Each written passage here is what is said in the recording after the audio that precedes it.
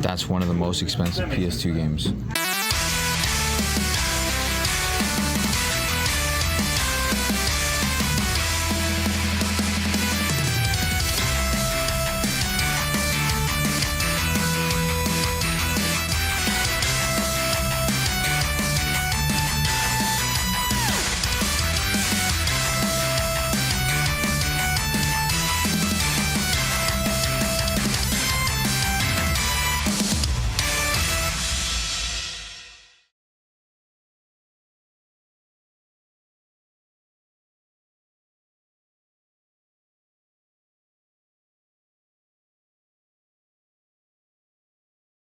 Gaming Across America is proudly sponsored by Zero In from Root. Whether you're going on a long trip like we do, or you're in the middle of editing and working long nights, Zero In is a great alternative to your caffeine sugary energy drinks that you typically find everywhere else. Since taking Zero In, I've been more alert, I've been more awake. I haven't had a desire or a need to drink those sugary energy drinks that I used to drink a lot of. I've dropped those, and I've even dropped sodas pretty much, and I now have a soda maybe once every couple weeks instead of drinking it every day multiple times throughout the day like I used to. Zero In has as much caffeine as about a cup of coffee, and what really helped me out was the vitamin D that's inside Zero In. Turns out I was vitamin D deficient, and that had a lot to do with me being indoors a lot, streaming, editing, recording, and working. Being vitamin D deficient does a lot to you mentally, so making sure that you have plenty of vitamin D in your diet, it's very important, and this has helped me out quite a bit. As I am a firm believer of promoting things that I personally use, I've been using Zero In since October of 2024, and I don't regret it. I'm so happy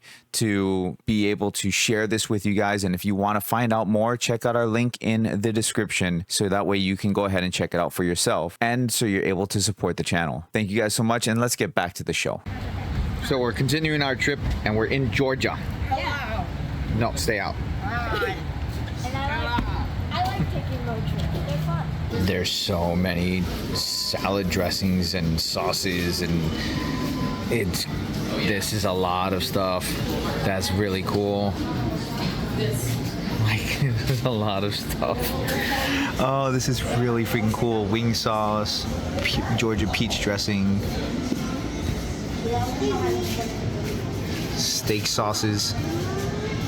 Ooh, mushroom finishing sauce, portobello mushroom finishing sauce. Ah, mesquite steak sauce.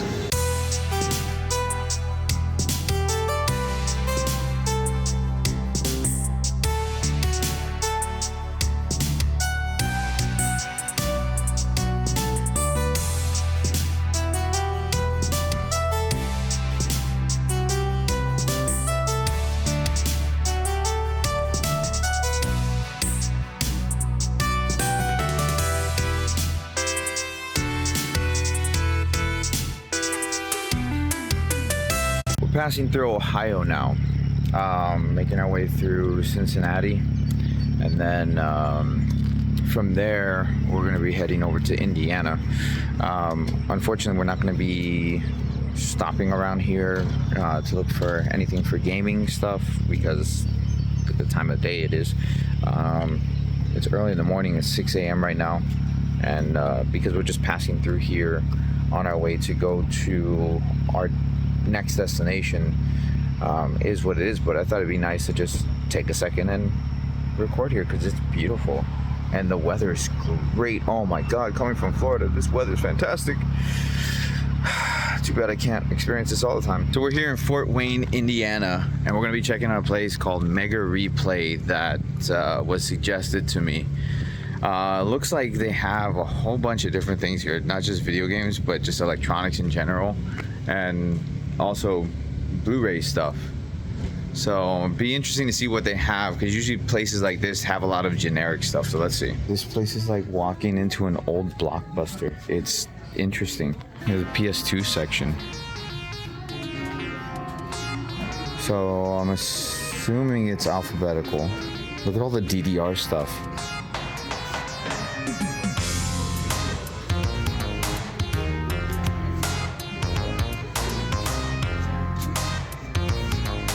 So what would you be looking for if you were looking for a game right now? What game are you looking for? Me? Yes. GameCube. I'm looking for custom robo. Custom robo. There's no way they're gonna have it. You don't think they're gonna have custom robo? No, I don't think so. Oh, look at the PS1 section right here.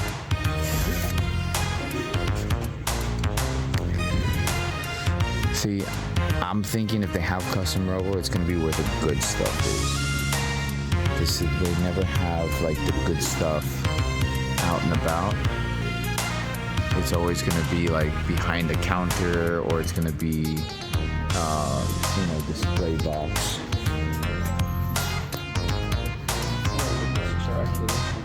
Probably not. It wouldn't be smart if they did have them in there. It's Xbox. You're looking for GameCube. There's more PS2. Hey guys, HarleyQ here, and today I have the pleasure of talking about the PlayStation 2. This is one of my favorite systems to talk about because there's just so many unique features and just crazy stories that happened around the PlayStation 2. The system was released March 4th of 2000, and it was the successor to the very successful Sony PlayStation. Sony really amped it up when it went to the PlayStation 2. They added a lot of really interesting features that honestly are just so cool even till this day. The PS2 has a Linux disk, and it actually has mouse and keyboard support. Some people are even savvy enough that they can make their PlayStation a home computer. There was actually some concerns about people making these things into computers. There was concerns that people would actually be making supercomputers. Yes, that is a concern. There was a concern that in the Middle East that Saddam Hussein was collecting PS2s to build a supercomputer, and there wouldn't be PS2s for the children in North America. I don't know why, but that was completely false. No one was building a supercomputer out of PS2s. Okay, actually that's a lie. There was a university in Illinois in 2003 that did actually build a supercomputer out of PlayStation 2s, but it was not anything from a government. Okay, that's also a lie. The US government did actually make a supercomputer out of PlayStations, except it was PlayStation 3s and it was 2010. It was like 1,700 PS3s. Like I said, there's a lot of interesting history around the PlayStation. There are several different models of the PlayStations. For instance, you'll hear a lot of people refer to there is a fat model and a slim model. For instance, this is a slim model. The fat model has a special port in the front called an iLink port. This port essentially works as a FireWire port where you can essentially link several PlayStation 2s together. Essentially how the iLink port works is you'll need two fat PlayStation 2s. Obviously you'll need the iLink port wire, two TVs, and two sets of the game that you're willing to play. This is Sony's attempt at bringing more multiplayer in at a time where online gaming is just starting to ramp up, because this is the early 2000s. The maximum amount of PS2s that you can link up via the iLink port is 6, but they took that feature out when it came to the slim models because at this point there is actually online gaming support, and we have a lot more online services when we start getting to the slim models. However, the iLink support still actually works because you're just essentially connecting a bunch of systems together. So unlike the games that had online support, there is still ways to play online with your PS2. You just have to go through like a special Discord server, and it's really confusing how to do it. I haven't done it myself, but I've watched videos on people getting online. So you can still play online with your PS2. There is online support. It's just not through Sony. Sony's discontinued all of their online support for the PS2. Hey, so as I'm here editing this, I just wanted to bring up something here that Harley forgot to mention. So the PS2, back during this weird age of the internet where it was still kind of new, the PS2, the fat PS2, in order to play online, you needed to have an adapter that would go into the expansion slot so you can go ahead and use the Ethernet port, because the fat PS2 did not have an Ethernet port.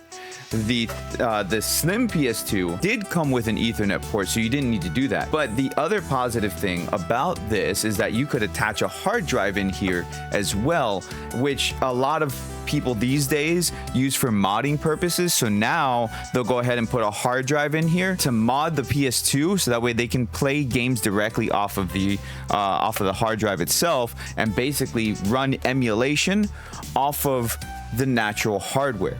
So that's just something that I thought was interesting, and that way I can add a little bit more to Harley's segment here. But anyways, back to Harley. She looks better than me anyways. The PlayStation 2 still holds the record for the most systems ever sold. In fact, just recently they updated the numbers. It's officially over 160 million. So I know like the Switch is pretty close to that, but with the Switch 2 coming out, who knows if that's, you know, if the Switch can break that. It would be interesting to see it, but at the same time, I kind of like that the PlayStation 2 still holds number one. One thing that drastically increased the sales of the PlayStation 2 was the DVD drive. DVDs at the time that the PlayStation 2 was released were around $700, as opposed to when the PlayStation 2 came out, the PlayStation 2 was about $299, $300, which is much more affordable. Not only were you getting a system that was backwards compatible for the PlayStation 1, so you could have that whole library of games, you could also play DVDs, and you could play PlayStation 2 games, and it also played CDs too. But it could do all those things, so families were much more likely to buy a PlayStation 2 than they were to buy a DVD player. And Sony actually lost a lot of money in the market for PlayStation 1 when it came to like selling CD players, and they were really hesitant about putting a DVD player into the PlayStation 2 because they wanted to try to sell Sony brand DVD players. But Ken Kutaragi, he is known as the father of the PlayStation, he fought with Sony executives to make sure they put the DVD player in them, and thank God, because like a lot of people, this was my first DVD player. I honestly probably would never have owned a DVD player if it wasn't for my PlayStation 2. So thank you, Ken. The top 3 selling games for the PlayStation 2 were Gran Turismo, San Andreas, and Vice City. And I can tell you, I bought at least 4 copies of Vice City. I played so much Vice City. My family played so much Vice City. We actually burned through the disc. And my mom went to KB Toys. Yeah, we had to buy things at KB Toys. And the person behind the desk didn't want to sell the disc to my mom because obviously I was very young at the time and I probably should not have been playing Vice City. And my mom literally yelled at the guy and she said, "Don't tell me what, like, killing at the guy." Oh, it was so embarrassing. I love her so much. Oh God. She was yelling at the guy to mind his business. You wonder where I get my attitude from. I'm impressed by just the PS2 game. I mean, it is a big spot. Oh, haven't seen this in a while.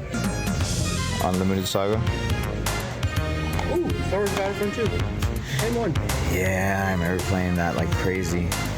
They re-released it on PC. Apparently it wasn't as good on the re-release though. Ooh, here's one I haven't seen in a very long time. Not a good game though.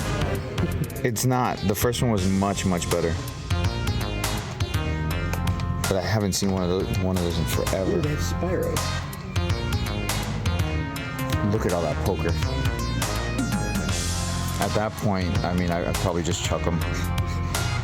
Because, I mean, if you have that many, that's my opinion on it. I don't know. We missed all the American Idols. And trust me, I didn't miss anything.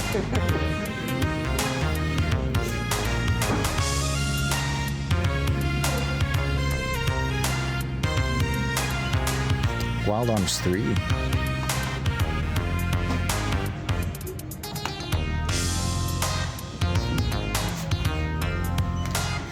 The last game released for the system was in 2013. It was Pro Evolution Soccer. My dog is walking by. Good girl, lay down. No, stay. Don't come to me. No, stay. Stay. Okay.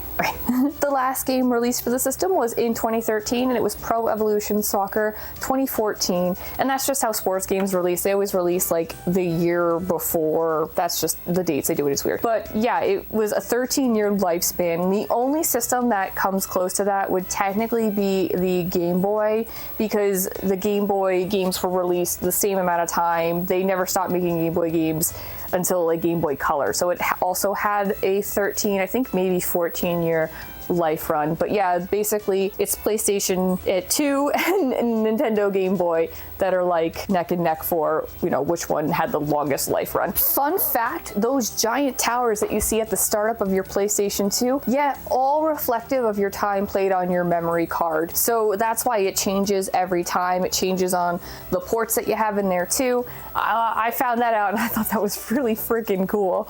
A man legally changed his name to Mr. PlayStation in 2002. He was really into the PlayStation. I don't know how he's doing now, but yeah, that's a thing. He legally did that.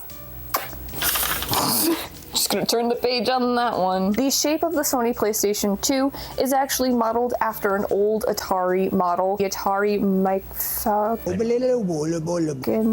of an old Atari. I didn't even write Atari right. I wrote Atari. The shape of the PlayStation 2 is actually inspired by an old Atari model called the Falcon Microbox. There are two types of backings when it comes to the PlayStation 2 discs. Pause. There are two different backings when it comes to the PlayStation 2 discs, and it will tell you what style disc it is. For instance, there's a DVD-ROM and a CD-ROM. You can tell by both the color, and in the front of the disc it will tell you if it's blue, it's a CD-ROM. If it's clear, it's a DVD-ROM. And the reason why there's two different is because you can fit more memory on a DVD-ROM. The system is designed so it can be either put horizontally or vertically. And the cool part about that, and this is on every PlayStation 2 model, the little PlayStation logo can be turned to represent whatever angle that you're doing. So it'll just, the orientation, whatever you want it to be, it can represent that. The craziest thing is Brazil didn't get the PlayStation 2 until 2009, and that's just because Brazil has a lot of censorship when it comes to like video games, and video games are super expensive over there. Also, there's a Netflix. This one always me. Pause.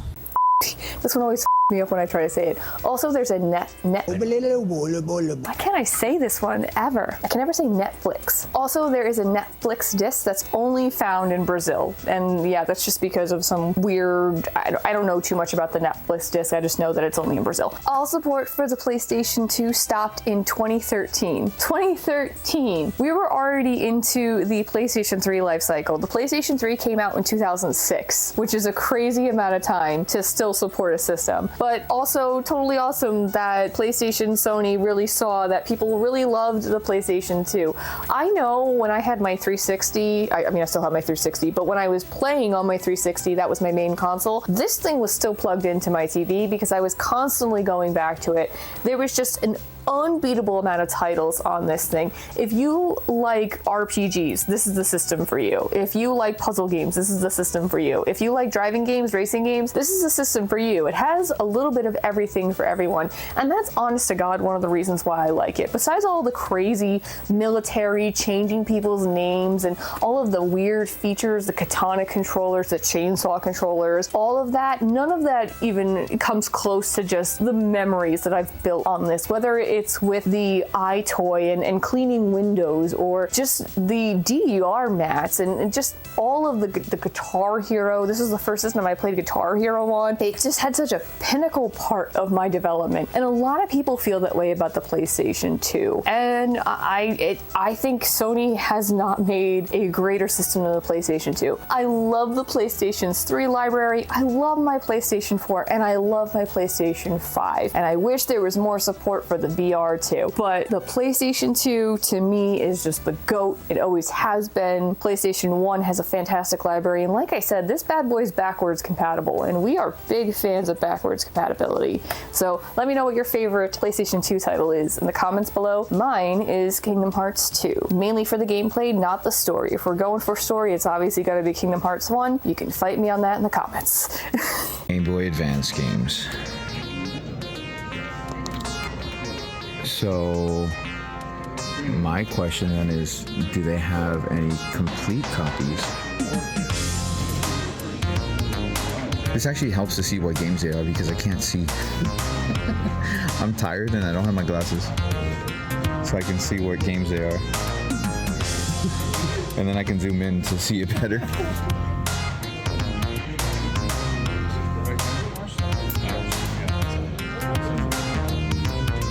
These are like movies.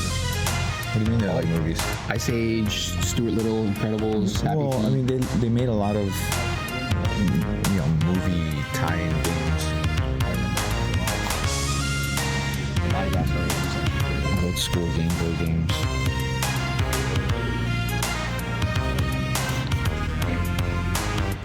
I still feel like we haven't hit the cream of the crop yet.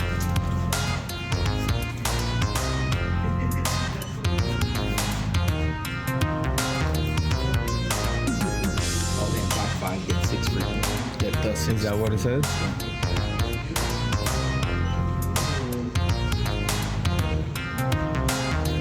These are like all just thrown in here. So, Dragon Warrior, that's the first Dragon Quest. Yeah, first released on the NES, and for some reason they didn't want to call it Dragon Quest. But they finally changed it back when we got to Dragon Quest 8.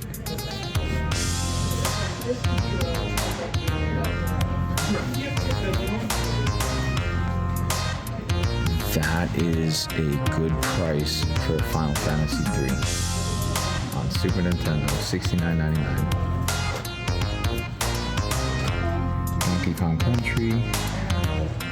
What do the different colored tags mean? Maybe it's like a huge blue cell. I'm gonna ask.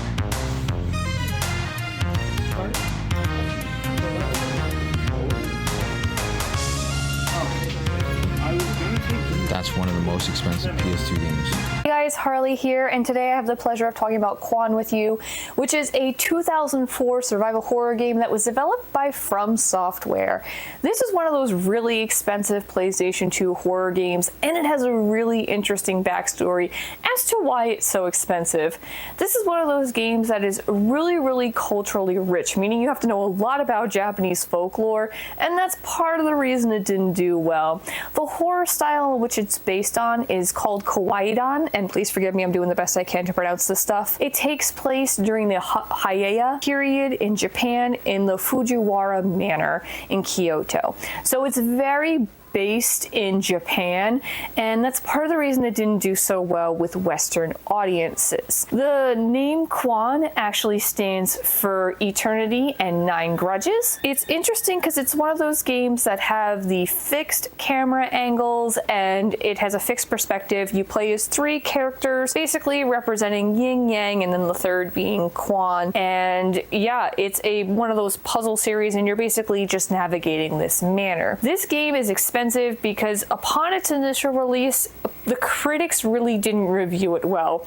They didn't really get it, and yeah, I kind of understand why. If you don't understand Japanese folklore, it does make it a little difficult to navigate a game. I do see a cultural divide in there. And if you're not really interested in learning it too, that does also kind of hinder the game as well. Because if it reviewing poorly and the cultural divide there, the game didn't sell very well and was actually found in bargain bins. You don't really see an increase of people really wanting a demand for Quan until a game called Dark Souls was released, another From Software game. And I guess that is what made people look back at Quan as well as other From Software games, because you just see the price of them start to go up. Just an interesting correlation. Right now, Quan complete in box is about $850 on average. It's probably more than that, which is just crazy. Like I said, the story behind the reason why this game is rare is really interesting. I definitely think it was a cultural divide and definitely not marketed properly, because I feel that if this game was marketed that people were aware that it was very based in Japanese folklore, then it probably would have sold better. Also, I feel that this was kind of what happened to a lot of horror games for the PlayStation 2, because if we look at other games like Haunting Ground that are also super expensive as well, though they have their own issues, it's like the same thing. It's that a lot of people just didn't get it when it first came out, and now that it's older, they're looking back and they realize, oh my god, this was a really good game. Why didn't this sell well? And it was mainly just because of marketing or just, you know, how critics originally received it. Because you have to remember, like, these are just people's opinions. Critics are just opinions, but some people take them as fact. So it can bomb for a critic, but it could be just a cultural like phenomenon where everyone else loves it. The critics hate it, but everyone else loves it. So it's always a matter of opinion. But let me know what you think about Quan, and if you'd spend $850 on this. I wouldn't. The internet's free for now. Quan. I don't think I've heard of it. Yeah. It was a very limited release. That's one of the most expensive ones. I think that's the first time I've ever seen one in person. Wow. Yeah, that's how rare it is. I've never seen one other than that. Is that? Yeah, that's the right price. Oh my god. but I don't. Oh, a small section. Very small section. Remember NBA Street? I love NBA Street. We used to play that all the time. That one, Volume 2. No, but we had it on the PS2. I know. Oh, you're right. Yeah, we had it on the PS2. Need for Speed Underground. We had that on the PS2. Yeah, I know. It would feel weird playing it on GameCube. It would. I used to invite my friends over to play NBA Street Volume 2, and I would just whoop them because I was so good at it, and no one would ever want to play with me.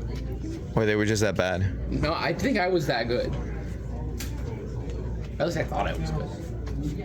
Same with NHL hits. NBA Street 2 Volume 2 was always fun. I always played as Nelly's team. I don't remember the teams at all. Yeah. Nelly was like the secret character or whatever, and he was like the shortest person that you could possibly I pick. was honestly too young to know who Nelly was. No, you weren't. Yeah, I was. Nah, I don't think so. I mean, I could have, but I didn't. So that store, honestly, like, it's impressive how big it is, but it was a little underwhelming when it came to like the variety of games, especially like the rare ones. What they had in the display case. Kuon was their big ticket item that I've never seen in person at all, which that I liked. I was disappointed they didn't have variety of GameCube games. Yeah. And the movie section was massive. I think that was their main thing. I think so too, because the gaming section seemed kind of empty compared to the movie section. I don't know, maybe it's just the area, but there's another place around here, so Yeah, let's go check it check it out.